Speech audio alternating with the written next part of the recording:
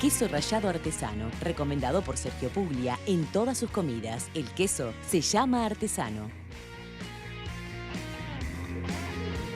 Bueno, parte final del programa, ¿no? Ya Sí. un tramo final. Y lo anunciábamos antes de ir a la pausa. Es un gusto para nosotros recibir la posibilidad de contactar al señor comisionado parlamentario para el sistema penitenciario, el doctor Juan Miguel Petit. Bienvenido a La Tarde en Casa. Mucho gusto estar con ustedes, aún en la pandemia y en esta modalidad a cielo abierto, que la verdad que me gusta mucho hacerles a la vez de movilero. Les puedo hacer una crónica de acá de la Ciudad Vieja, las grúas amarillas del puerto, en contraluz con las nubes grises. La verdad que es la cosa que más me gusta hacer mini crónicas, así que si quieren, encantado. Muchas gracias por la invitación. Qué Un placer. suerte, porque está el periodista intacto ahí, ¿eh? Bueno, sí, somos los mismos, con menos pelo, pero con los sentimientos de siempre fuertes y el entusiasmo de siempre por ahora. En ¿Cómo? el medio de esta situación, vamos con este tema primero, ¿verdad? De cabeza, Perfecto. de punta cabeza, como decía un amigo mío. De Mande punta cabeza. usted, Fole. No, el tema de la gente que por una cuestión humanitaria, de salud, de edad, debería dejar el ámbito físico de la cárcel para cumplir esa pena en su casa. ¿Cómo es esta situación? ¿Cuántos hay? ¿De cuántos hay que hacer un pedido formal? ¿Las autoridades del INR están contestes? ¿Cómo siente usted que se ve desde afuera esa medida? Bueno, esto es un mecanismo ya existente y posible. Es como un camino que se puede recorrer. Nosotros lo que hicimos con una recomendación, un informe que elevamos a la Asamblea General y enviamos a todos los operadores de justicia, a la Suprema Corte, a la Defensa Pública, a las Fiscalías y a los jueces de ejecución, exhortamos a recorrer ese camino. Es un incidente común, es un procedimiento que ocurre normalmente durante el proceso cuando una persona tiene determinada circunstancia de salud, puede pedir la prisión domiciliaria. Nosotros creemos que esta pandemia que nadie esperaba genera un cambio en la ecuación de delito y pena, haciendo más gravosa la pena por el temor y el riesgo de contraer el virus en una situación de vida en una institución total, en una cárcel. Entonces, lo que nos parece, como ha ocurrido en todo el mundo, pertinente.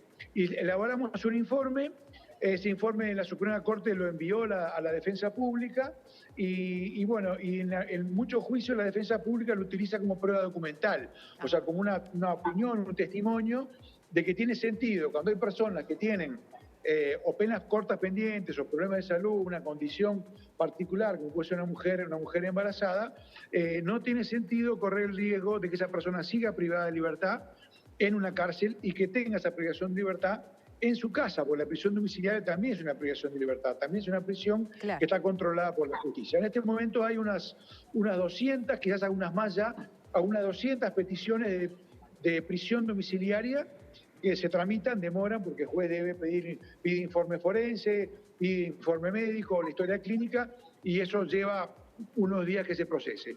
En general, los casos van surgiendo muy de a poco.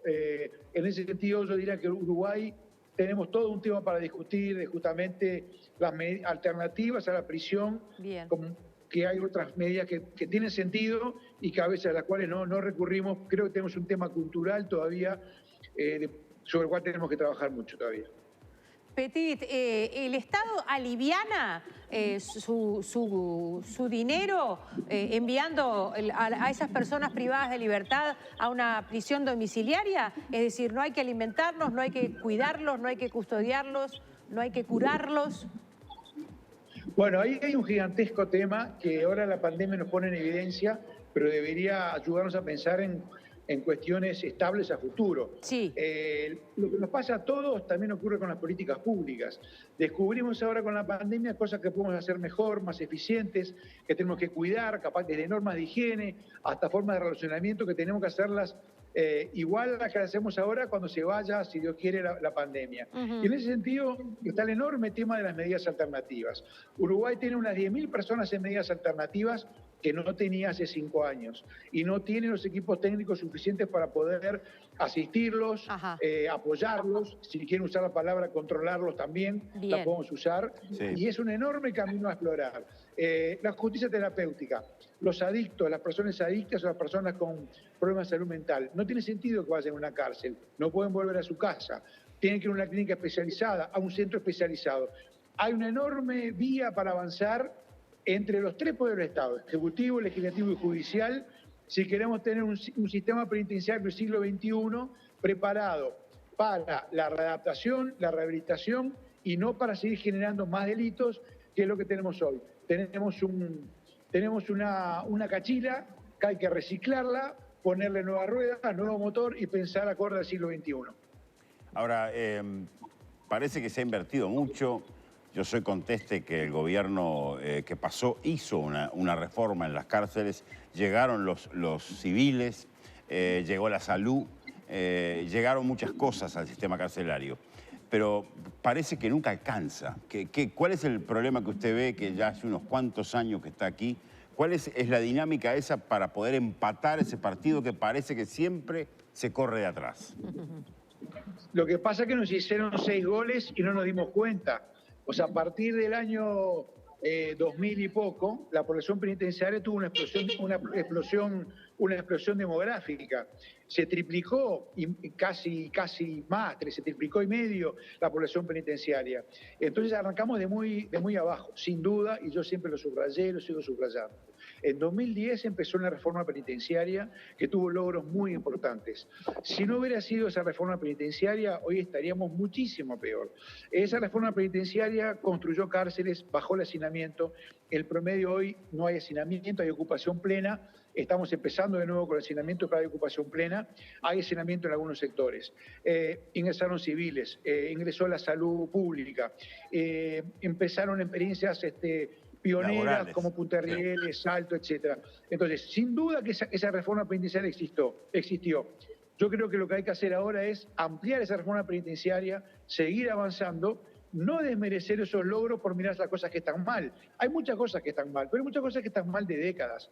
Y los problemas del país y los logros del país son de generaciones, no es de A, B, C o D o de una u otra administración, ni siquiera son de un poder del Estado. El resultado de las cárceles es el resultado del actuar del Ejecutivo, del Legislativo y del Judicial. Y también de nosotros como sociedad y lo que pensamos como sociedad. Y ahí tenemos a veces una sobredimensión de lo jurídico. Y siempre cuando queremos mejorar el sistema penitenciario, tocamos las leyes, el código, y generalmente aumentamos delitos, se cortan posibilidades. Y bueno, eso es una herramienta discutible. Más presos no significa menos delito. Entonces nos falta un debate en otras áreas. Tenemos una cantidad de áreas que están sin debatir y yo creo que estamos ante un nuevo Parlamento que inicia una gestión, un gobierno que inicia una gestión, una discusión de ley de presupuesto. Y esto es la pandemia, yo creo que nos reubica a todos. La pandemia nos recuerda a todos que somos todos hermanos de la misma especie, que todos nos vamos a morir, que la vida es muy frágil y que tenemos que luchar por defender la vida. Y defender la vida en los lugares donde más cuesta y donde más lejano está el Estado. Sin duda que el sistema carcelario, en los lugares donde hay violencia, donde hay delito, y las personas que lo cometen, que son personas que generalmente llegan a eso después de muchas transgresiones, son un enorme desafío. Creo que este shock también nos debe llevar a pensar afuera de la caja, como se dice habitualmente, y incorporar otros temas, otros actores, y pegar un salto en esa reforma penitenciaria y meternos de cabeza en el siglo XXI. Tengo una consulta para hacerle sobre un caso concreto. Creo que no se había dado nunca que en la sala de visitas, que siempre es un lugar cuidado por las propias personas privadas de libertad, porque habitualmente hay encuentros con familias y bueno, y porque a veces hay hasta menores, se llevó a cabo una situación muy compleja al punto de que en la sala de visitas del sector B, en la unidad número 4, falleció Cristian Adrián Menezes Fernández, de apenas 29 años, a pesar de que bueno, fue trasladado al hospital Maciel. Atacantes ya identificados declaran ante Fiscalía. ¿Esto es un paso más en el tema de la violencia carcelaria? Bueno, yo diría que este episodio lamentablemente se inscribe, no es la primera vez que ocurre. Ajá, pensé que era la primera vez. Una muerte en una sala de visita. Ajá. Lamentablemente sí, es un hecho relativamente nuevo. No diría nuevo de ahora, sino de algunos años. Ajá. La pérdida de ese código, claro, en el cual la sala de visitas, claro, sobre todo en los penales multidianos, porque hay que tener una cosa muy importante que tener en cuenta. uno dice las cárceles, como dicen las escuelas, los militares, los policías, los cirujanos. Y hay 26 cárceles en el país y todas son muy diferentes. Tenemos un problema muy serio en los macro penales, porque una cárcel grande de por sí es un gran problema. Ya es casi una condena hablar de una cárcel grande. Es como, no sé, es como hablar de un cirujano que tenga que operar 10 personas a la vez. Ya es casi seguro que algo va a andar mal. Y una cárcel de más de 600, 700 personas, casi seguro que va a andar mal. Cárcel de 3.000, 1.500 personas, 2.000 personas, es imposible que anden bien. Entonces, en los macro penales montevideanos, las visitas han reformado un problema. En los últimos 10 años ha habido cada vez, hay un proceso de hay más presos y menos funcionarios. Tenemos un índice de un 1% anual de crecimiento de la población. Con este ritmo, sin tocar nada, vamos a estar cerca a fin de año de los 13.000 presos. Si le sumamos algunas modificaciones legales que quizás aumenten la población, si le sumamos la crisis socioeconómica fruto de la pandemia que va a traer más desempleo, más ruptura familiar, más desesperación, estamos en un problema bastante más grande del que podemos tener hoy. Entonces, ese deterioro sí genera violencia, son señales, son múltiples señales. Cada episodio nos remite a algunas cosas, medidas urgentes, yo ya lo planteé hace años. Tiene que haber videocámaras, no hay videocámaras en las salas de visita, no hay videocámaras en los penales de máxima seguridad, faltan funcionarios, faltan elementos de información, de control, pero esos son los temas muy puntuales. También hay que pensar en macro, en la política macro. O sea, si seguimos con esta población penitenciaria en penales gigantes, nada va a funcionar. Pensemos en penales chicos, otros locales, otras alternativas. Muy importante lo que usted plantea de las cámaras, porque eso también es pensar en macro, ¿no? Y nos hemos acostumbrado a empezar a convivir con ellas, quizás desgraciadamente, pero si son preventivas a la hora de esa situación, me parece muy saludable. Yo me atreví a tuitear... Lo que pasa es que una cosa lleva a la otra, ¿no? Porque la desesperación es como en un partido de fútbol. Estás perdiendo 3-0 y bueno, entra el kinesiólogo a cabecear el último córner. Y esto no se arregla con una medida. Se requieren muchas cosas. Aunque tuviéramos las mejores cámaras del mundo, si no hay funcionarios y si no hay buena convivencia y si no hay educación, si no hay capacitación, si no hay atención, bueno, se van a romper igual, etcétera, etcétera, etcétera. Entonces hay que pensar en tiempos modernos, en más informática, más comunicación, tecnología, capacitación. No pueden ser las cárceles una especie de reservorio o museo de otra época. Tienen que estar en el siglo XXI, con todos los elementos del siglo XXI y con todos los riesgos del siglo XXI. Yo lo he dicho con los celulares. Hay muchas cárceles que tienen que tener celulares. Muchas lo tienen y no son un problema. En fin, por ahí puede llegar la educación, por ahí puede llegar la transformación. Siempre hay riesgo, pero no hay vida sin riesgo.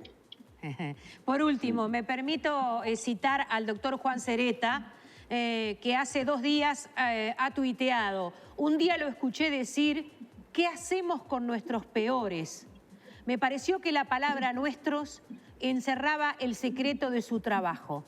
Si perdemos el modelo de las 6, habremos retrocedido mucho. Habla el doctor Sereta del alejamiento del señor Luis Parodi de la Dirección General de la Cárcel de Punta Rieles. ¿Usted cómo lo vive? Bueno, lo vivo muy intensamente. La unidad... Bueno. Qué pena que se trancó. Ahí está. Pero maestro, yo me considero...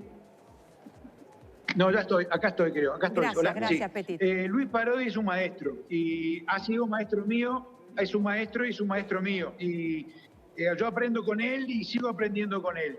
Lo que él logró durante 8 años, cabe notar que fue hasta ahora director, creo que es el único director que lleva 8 años en funciones. Y eso habla mucho de la tenacidad y la continuidad de ese esfuerzo. Empezó como subdirector, quedó como director, y él ha logrado algo maravilloso. A ver, permítanme usar esta metáfora. Allí en Punta de Rieles encontraron la cura del cáncer. Porque lograron lo que es la normalidad. Personas privadas de libertad, que cometieron delitos graves, que cometieron ofensas graves, trabajan, estudian, tienen sus talleres, producen, venden hacia afuera, reciben a sus familias, se presentan a sus hijos, se sacan fotos con sus hijos cuando los visitan. Uno camina por allí y está en un barrio más. Bien. con problemas, sin duda. Pero bueno, yo ya estoy al tanto de la situación de él. Sé que renunció a la dirección en este contexto porque no la podía seguir de cerca. Y bueno, es un educador extraordinario, un referente y sin duda que yo no encontré experiencia, yo no he visto todas las cárceles del mundo, ni mucho menos, pero he visto cárceles en no menos de una docena de países y variados, y algunos muy potentes, ¿no? Suecia, Inglaterra, España, Estados Unidos, también en América Latina. Yo en ningún lugar encontré ese clima de normalidad, que es el viejo principio de normalidad que hablan las reglas Mandela. Hacer de las cárceles un lugar normal donde se vive, se trabaja y se tiene convivencia. Es una referencia gigantesca. Yo espero que siga siendo una referencia y ojalá que Luis Parodi, no sé sus alternativas cuáles van a ser ahora desde el punto de vista de la educación, y va a seguir seguramente dando muchísimo a la sociedad uruguaya, pero es un educador extraordinario y un maestro, sin duda un maestro. Y ojalá que esa experiencia siga en pie. Yo tengo toda la fe de que siga en pie, nos inspira a todos, nos da mucha fe a todos, porque nos permite ver que es tangible, que es real lo que soñamos. La rehabilitación es un concepto jurídico y un concepto programático, pero cuando uno ve la realidad y ve cómo cambian las caras de las personas, cómo cambian las actitudes de las personas, y de pronto personas que hasta ayer eran transgresores y eran un problema para sí mismos y para la sociedad, y se vuelven ciudadanos que estudian, que trabajan, que producen, que se integran, que votan, que participan, que opinan, que cuestionan, uno dice, bueno, el camino va por ahí. Se podrá mejorar, se podrá poner semáforos, se podrá poner carteles, lo que quieran. Y hay muchos caminos también paralelos a ese, porque hay otras experiencias muy buenas. Pero sin duda el camino va por ahí, y el señor Parodi fue el que abrió ese camino. Nunca se va a olvidar eso. Eso queda en pie para siempre. Bueno, muchísimas gracias, Petí, realmente excelente. Este contacto que podríamos seguir horas, porque quedan muchas preguntas por hacer, pero valió el homenaje a Luis Parodi, que suscribo. Me considero amigo y estuve en esa cárcel de normalidad, paseándome por allí, estuve en la radio, estuve en festivales, o sea, fui testigo de eso que el comisionado acaba de decir. Muchísimas gracias por eso, nos tenemos que ir. Qué bien que maneja el WhatsApp. Ni un minuto, ¿no? Bueno, en la próxima les cuento algo más. No, pero no se vaya, que me confundí yo. Pero es una buena señal quedarse con ganas de seguir conversando. Muchas gracias. No, espere, no se vaya porque me confundí yo. Nos quedan unos minutos todavía. ¿Le damos un minuto? Claro, le queda. Bueno, hablando de eso de educación, justamente, y la importancia de buscar caminos alternativos en la educación. Yo también, soy amigo de Luis Parodi, soy muy amigo de él. Los dos somos muy institucionales. Bueno, cuando trabajamos, y cuando hablamos de política o de fútbol, hablamos de política o de fútbol. Yo lo conocí en el año 85, él entró a trabajar, era el Consejo del Niño, ustedes se acordarán. Sí. Y cuando él entró a trabajar, yo le dije, bueno, Parodi, usted tiene que ir al lugar más difícil, que era un lugar llamado Lugar Especial, que era una casona en el Prado, donde estaban los niños abandonados por sus familias y con grandes problemas de salud, niños con parálisis cerebrales, cuadraplégicos, algunos autistas. Y bueno, y allá fue a trabajar Luis Parodi, que había trabajado en Francia como educador de niños con enfermedades raras, ¿no? Con clínicas que atendían niños con enfermedades raras. Y venía con toda la fuerza de llevar la educación fuera del aula a lugares que en ese momento yo ni imaginaba. Yo tenía 28 años. Me llama a los 4 días la directora de ese hogar y me dice, perdón, doctor, este funcionario que usted me mandó, perdóneme que se lo pregunte así. Y le digo, ¿es una persona normal? Me pregunta. Y yo le digo, bueno, mire, yo lo conocí hace poco, es una persona muy particular, pero yo justamente, como es muy particular, le pedí, lo mandamos que fuera para allá. ¿Por qué? ¿Qué pasó? Bueno, mire, ¿usted sabe lo que hizo? Él agarró a todos los chiquilines con 3 funcionarios y muchos de ellos que no se pueden mover porque estaban en sus camas, en sus camitas y no se pueden mover, y se los llevó todos al parque porque había sol. Y están todos los 14 niños en el parque, algunos con sus camas y colchones y silla de ruedas. Y yo le dije, yo que no era especialista en niños con discapacidad, estamos hablando de antes de la Convención de Derechos del Niño. Sí, año la Convención 85. de Derechos del Niño es muy posterior, fue en el 89. No, ni hablemos de perspectiva de género, perspectiva de derechos humanos. Bueno, Este señor educador estaba avanzado, estaba muy avanzado. Yo me considero una persona con mucha suerte que lo seguí y puedo dar testimonio de muchas cosas de ese tipo. Ojalá la siga haciendo en otros ámbitos. Pero bueno, quería contar eso porque el camino va por ahí. Pensar afuera de la caja y salir de lo habitual para encontrar soluciones a temas que son humanos y que tocan las cosas más profundas del drama de la existencia. Un lujo ese estribo, muy bien aprovechado para esa del estribo, que además creo que la entendemos todos, sea cual sea la formación que tengamos. Es para todos. Esta es para todos. Sí.